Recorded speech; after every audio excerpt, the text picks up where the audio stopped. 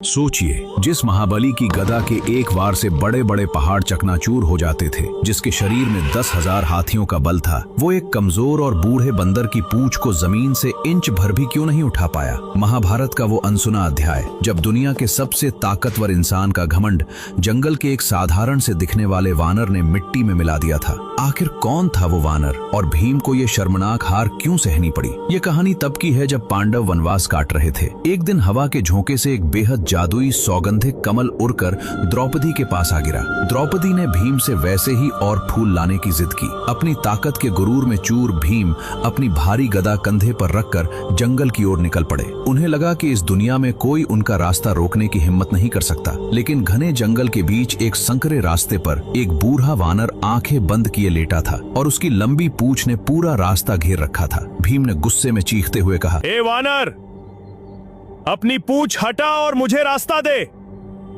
क्या तू नहीं जानता कि मैं पवन पुत्र भीम हूँ? बूढ़े वानर ने बड़ी शांति से जवाब दिया, हे महाबली, मैं तो बहुत बूढ़ा और कमजोर हूँ। मेरे अंदर पूंछ हिलाने की भी ताकत नहीं है।